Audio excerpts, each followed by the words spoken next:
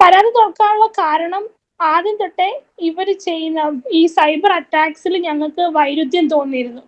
അവർ ഇന്നിടുന്ന post അല്ല നാളെ ഇടുന്നത്, പുതിയ പുതിയ സ്ക്രിപ്റ്റുകളാണ് വന്നുകൊണ്ടിരിക്കുന്നത്. 2.5 മണിക്കൂർ 4-5 ഓഫീസേഴ്സ് ആണ് എന്നെ ക്വസ്റ്റ്യൻ ചെയ്തത്. വളരെ മാന്യമായാണ് സംസാരിച്ചത്. പക്ഷേ അവര് പഴുതടച്ച് എന്നെ കൊണ്ട് പറയിക്കാവുന്നതെല്ലാം പറയിച്ച് ആണ് ഫയൽ ഇതാക്കിയിരിക്കുന്നത്. ഇവരെന്തോ പുറത്തു വിടാൻ പോവുക, അതുകൊണ്ട് പുള്ളി സെറ്റിൽമെന്റിന് ചെല്ലണം. പ്രാക്ടിക്കലി ലോജിക്കലി ക്രിമിനോളജി കൈകാര്യം ചെയ്യുന്നു അല്ലെങ്കിൽ ഇൻവെസ്റ്റിഗേഷൻ ലെവലിൽ നിൽക്കുന്ന ഒരു ഏജൻസിക്ക് ഫസ്റ്റ് ഓഫ് ഓൾ തോന്നിയ കാര്യം അതാണ്. നമസ്കാരം, മലയാളി വാർത്ത ഇൻസൈഡിലേക്ക് സ്വാഗതം. നമുക്കറിയാവുന്നതാണ് രാഹുൽ മാങ്കൂട്ടത്തിൽ MLA-യുടെ ഗർഭം തേടി അലഞ്ഞ് ക്രൈംബ്രാഞ്ച് സംഘം ബംഗളൂരുവിലെ പല ആശുപത്രികൾ കയറിയിറങ്ങി നടക്കുകയാണ്.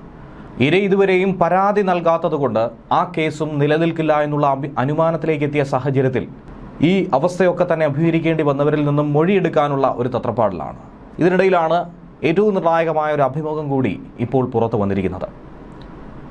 ഈ വിഷയവുമായി ബന്ധപ്പെട്ട് തുടക്കം മുതൽ തന്നെ സാമൂഹ്യ പ്രവർത്തകനായിട്ടുള്ള രാഹുൽ ഈശ്വർ ശക്തമായി വാദിക്കുന്നുണ്ടായിരുന്നു. ഇതൊരു ഗൂഢാലോചനയാണെന്നും വളർന്നു വരുന്ന ഒരു ജനപ്രതിനിധി എന്ന നിലയിൽ, ഒരു രാഷ്ട്രീയക്കാരൻ എന്ന നിലയിൽ രാഹുൽ നേക്കുന്ന കനത്ത പ്രഹരമായും ഉള്ളിൽ നിന്നും പുറത്തു നിന്നുമുള്ള ശത്രുക്കളുടെ ശക്തമായ ആക്രമണമായും ഇതിനെ അദ്ദേഹം വിവരിച്ചു പറഞ്ഞിട്ടുണ്ടായിരുന്നു.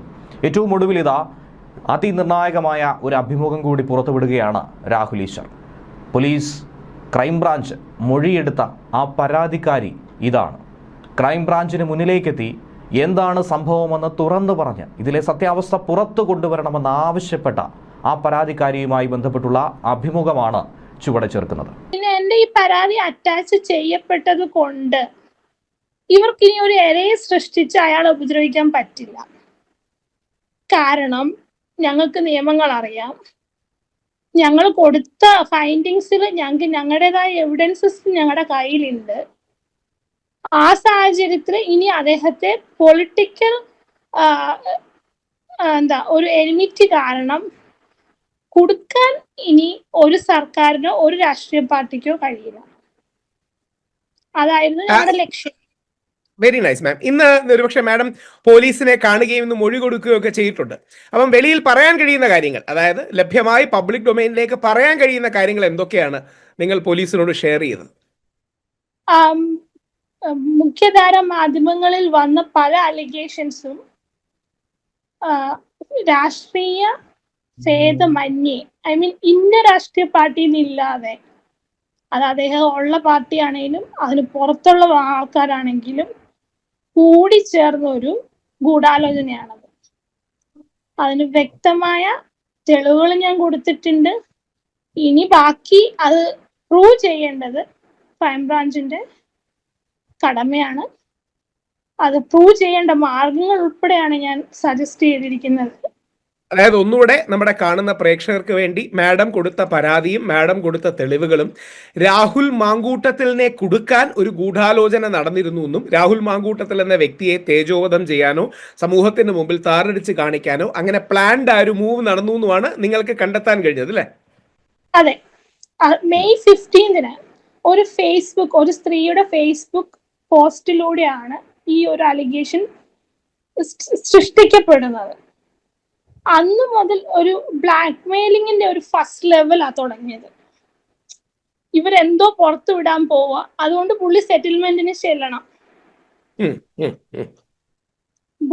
പ്രാക്ടിക്കലി ലോജിക്കലി ക്രിമിനോളജി കൈകാര്യം ചെയ്യുന്നു അല്ലെങ്കിൽ ഇൻവെസ്റ്റിഗേഷൻ ലെവലിൽ നിൽക്കുന്ന ഒരു ഏജൻസിക്ക് ഫസ്റ്റ് ഓഫ് ഓൾ തോന്നിയ കാര്യം അതാണ്. അപ്പൊ കോൺഗ്രസിന്റെ മുഖ്യധാരയിലുള്ള ആക്രമിക്കപ്പെടാൻ ചാൻസ് ഉള്ള എല്ലാ യുവാക്കളും ഞങ്ങളുടെ നിരീക്ഷണത്തിലാണ്. കാരണം ഞങ്ങളുടെ ഇതിന്റെ പേര് തന്നെ എംപവർ കോൺഗ്രസ് എന്നാണ്. എംപവർ കോൺഗ്രസ്. അപ്പം അതിന്റെ അർത്ഥം കോൺഗ്രസ്സുകാർക്ക് വേണ്ടി മാത്രം ഞങ്ങൾ സംസാരിക്കും എന്നല്ല. രാഹുൽ മാങ്കൂട്ടത്തിൽ വന്നാലും ആർഷോയ്ക്ക് വന്നാലും അനീതിയാണെങ്കിൽ ഞങ്ങൾ അത് പ്രതികരിക്കും. മീൻസ് പുരുഷനും ഉണ്ട് ഒരു മെന്റൽ ഹെൽത്ത്, അവനും ഉണ്ടൊരു മെന്റൽ ട്രോമ. പുരുഷന്റെ മെന്റൽ ട്രോമ സൊസൈറ്റി വാലിഡിറ്റി കിട്ടുന്നില്ല. സ്ത്രീയുടെ മെന്റൽ ട്രോമ സിമ്പതൈസ് ചെയ്ത് മാർക്കറ്റ് ചെയ്യാൻ പറ്റുന്ന ഒരു ഒരു ഒരു പ്രോസസ്സാണ്. പക്ഷെ പുരുഷൻ ട്രോമ അവൻ അത് എക്സ്പ്രസ് ചെയ്യുന്നുമില്ല, അവൻ അത് സിമ്പതി ലഭിക്കാൻ ശ്രമിക്കാറുമില്ല. പക്ഷെ അവനും ഉണ്ട് മെന്റൽ ഹെൽത്ത്. എല്ലാ ഒരു ജെൻഡർ ഡിഫറൻസ് ഇല്ലാതെ തന്നെ എല്ലാ മനുഷ്യർക്കും അവന്റെ ഒരു മെന്റൽ ഹെൽത്ത് എന്ന് പറയുന്നത് അത് അവന്റെ അവകാശമാണ്. Physical, spiritual, psychological and mental health is mandatory for everybody and it's the right. ഈ പരാതി കൊടുക്കാൻ എന്താ മാഡത്തിന് ഇതാണ് കാരണമായത്? പരാതി കൊടുക്കാനുള്ള കാരണം ആദ്യം തൊട്ടേ ഇവർ ചെയ്യുന്ന ഈ സൈബർ അറ്റാക്സിൽ ഞങ്ങൾക്ക് വൈരുദ്ധ്യം തോന്നിയിരുന്നു. അവർ ഇന്നിടുന്ന പോസ്റ്റ് അല്ല നാളെ ഇടുന്നത്, പുതിയ പുതിയ സ്ക്രിപ്റ്റുകളാണ് വന്നുകൊണ്ടിരിക്കുന്നത്. ആദ്യം അശാസ്ത്രീയമെന്ന് പറഞ്ഞു, പിന്നെ അത് ഹോസ്പിറ്റലിലേക്ക് പോയെന്നായി, ഹോസ്പിറ്റലിൽ കണ്ടുപിടിക്കുന്നെന്നായി. അശാസ്ത്രീയം എന്ന് പറയുമ്പോൾ എപ്പോഴും ഔട്ട് ഓഫ് ഹോസ്പിറ്റൽ ആണ്, അത് മെഡിക്കൽ സയൻസ് പഠിച്ചവർക്കറിയാം. പിന്നെ അപ്പൊ അതിനെക്കുറിച്ച് ഞാനൊരു ചോദ്യം ഇന്ന് ക്രൈംബ്രാഞ്ചിനോട് ചോദിച്ചപ്പോൾ അവര് പറഞ്ഞത് പുറത്ത് മീഡിയയിൽ ലീഗലി ഇവർക്ക് ഒരു ഇൻഫർമേഷനും കൊടുക്കാൻ പറ്റില്ല. ഇവർ ഇന്ന് വരെ ഒരു മൊഴിയോ ഒരു കാര്യങ്ങളോ പുറത്തു വിട്ടിട്ടില്ല. അന്വേഷണത്തിന്റെ മീഡിയ കൊടുക്കുന്നത് മുഴുവൻ ഫോൾസ് ആണ്. ഇതുവരെ അവർ ഹോസ്പിറ്റലുകളും തപ്പിപ്പോയിട്ടില്ല, ഇതുവരെ അവർക്ക് ഇരയാണെന്നും അറിയത്തില്ല, ഇര ഉണ്ടോന്നും അവർക്കറിയില്ല. എങ്ങനെ ക്രൈംബ്രാഞ്ചിന്റെ ഭാഗത്ത് നിന്ന് സഹകരണം ഉണ്ടായിരുന്നു? എങ്ങനെയാണ് ക്രൈംബ്രാഞ്ചിന്റെ ഒരു അപ്രോച്ച് ഈ വിഷയത്തിൽ? 2.5 മണിക്കൂർ 4-5 ഓഫീസേഴ്സ് ആണ് എന്നെ ക്വസ്റ്റ്യൻ ചെയ്തത്. വളരെ മാന്യമായാണ് സംസാരിച്ചത്. പക്ഷേ അവര് പഴുതടച്ച് എന്നെ കൊണ്ട് പറയിക്കാവുന്നതെല്ലാം പറയിച്ച് ആണ് ഫയൽ ഇതാക്കിയിരിക്കുന്നത്. എന്റേത് FIR ആയിട്ട് ഞാൻ സംശയനിഴലിൽ വെച്ചിരിക്കുന്ന ഓരോരുത്തരുടെയും പേര് ഉൾപ്പെടുന്ന രീതിയിൽ FIR ആണ് അവരെടുക്കാൻ പോകുന്നത് എന്റെ പരാതി. അതുകൊണ്ട് അത് പ്രൂവ് ചെയ്യാതെ ഇദ്ദേഹത്തെ കൊടുക്കാൻ ഇനി ആർക്കും സാധ്യമല്ല, ഒരു നിയമത്തിനും സാധ്യമല്ല. ഈ കേസിൽ നിന്ന് ഊരിയെടുക്കലൊന്നും എനിക്കറിയില്ല, പക്ഷെ അയാളെ പൊളിറ്റിക്കൽ എനിമിറ്റിക്ക് വേണ്ടി കുരുക്കാൻ പാടില്ല. അതായിരുന്നു ഞങ്ങളുടെ ലക്ഷ്യം. രാഷ്ട്രീയമായ ശത്രുതയ്ക്ക് വേണ്ടി ഒരു വ്യക്തിയുടെ ജീവിതമോ കരിയറോ അയാളുടെ പൊതുജന സമ്മതിയോ തകർക്കാൻ പാടില്ല. അത് നമ്മുടെ നിയമത്തിന്റെ അടിസ്ഥാനമായ പ്രമാണങ്ങളിൽ വിശ്വസിക്കുന്ന ഒരാൾക്ക് എത്തിച്ചേരാൻ കഴിയുന്ന നിലപാടും നിഗമനവുമാണ്. പക്ഷേ ഈ വിഷയത്തിൽ മാഡത്തിന് ഇടപെടലിനോട് എന്താ പറയണേ, മാഡത്തിന് പറയാൻ കഴിയുന്ന രീതിയിൽ പറഞ്ഞാൽ മതി. ഇടപെടലിനോട് ചേർന്ന് നിന്നൊരു കാര്യം ചോദിക്കട്ടെ, രാഹുൽ മാങ്കൂട്ടത്തിന് വേണ്ടത്ര പിന്തുണ കിട്ടി എന്നൊരു അഭിപ്രായമുണ്ടോ സമൂഹത്തിൽ നിന്ന്, വിശിഷ്യ സ്വന്തം പാർട്ടിയിൽ നിന്ന്? ഞാൻ പറഞ്ഞില്ലേ, ഈ ഗൂഢാലോചന പാർട്ടി ഭേദമന്യേ നടക്കുന്ന ഒരു കാര്യമാണ്.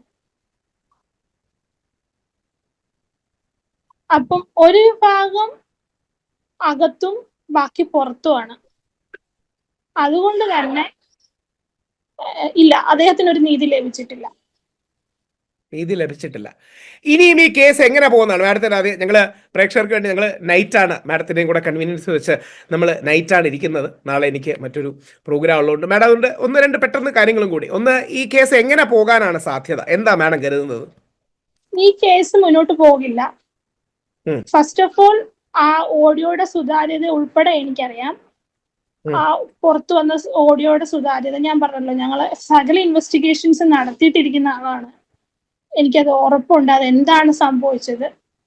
അദ്ദേഹത്തോടാണ് അധാർമികമായി മറ്റുള്ളവർ പെരുമാറിയത്. അദ്ദേഹം അധാർമികമായി ഒന്നും തന്നെ ചെയ്തിട്ടില്ല, നിയമത്തിനെതിരായി അദ്ദേഹം ഒന്നും ചെയ്തിട്ടില്ല.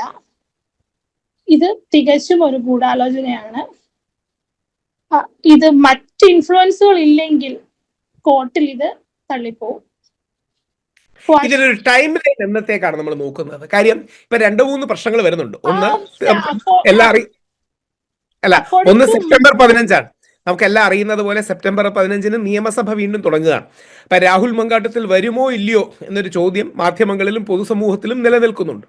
2, കേരളം ഒരു വലിയ ഇലക്ഷനെ നേരിടാൻ പോവുകയാണ്. അതിൻ്റെ ഇനി അടുത്ത മെയ് വരെ ആയിരിക്കണം ഒരു പക്ഷേ സമയമുള്ളത്.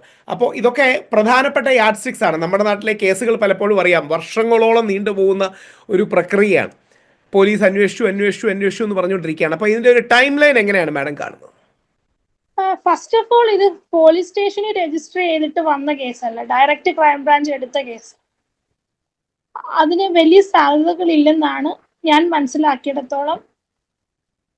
പിന്നെ ഇത് പൊളിറ്റിക്കൽ ഇൻഫ്ലുവൻസ് ഉണ്ടെങ്കിൽ അടുത്ത ഇലക്ഷൻ വരെ അവർക്ക് അത് നീട്ടിക്കൊണ്ടുപോകാം.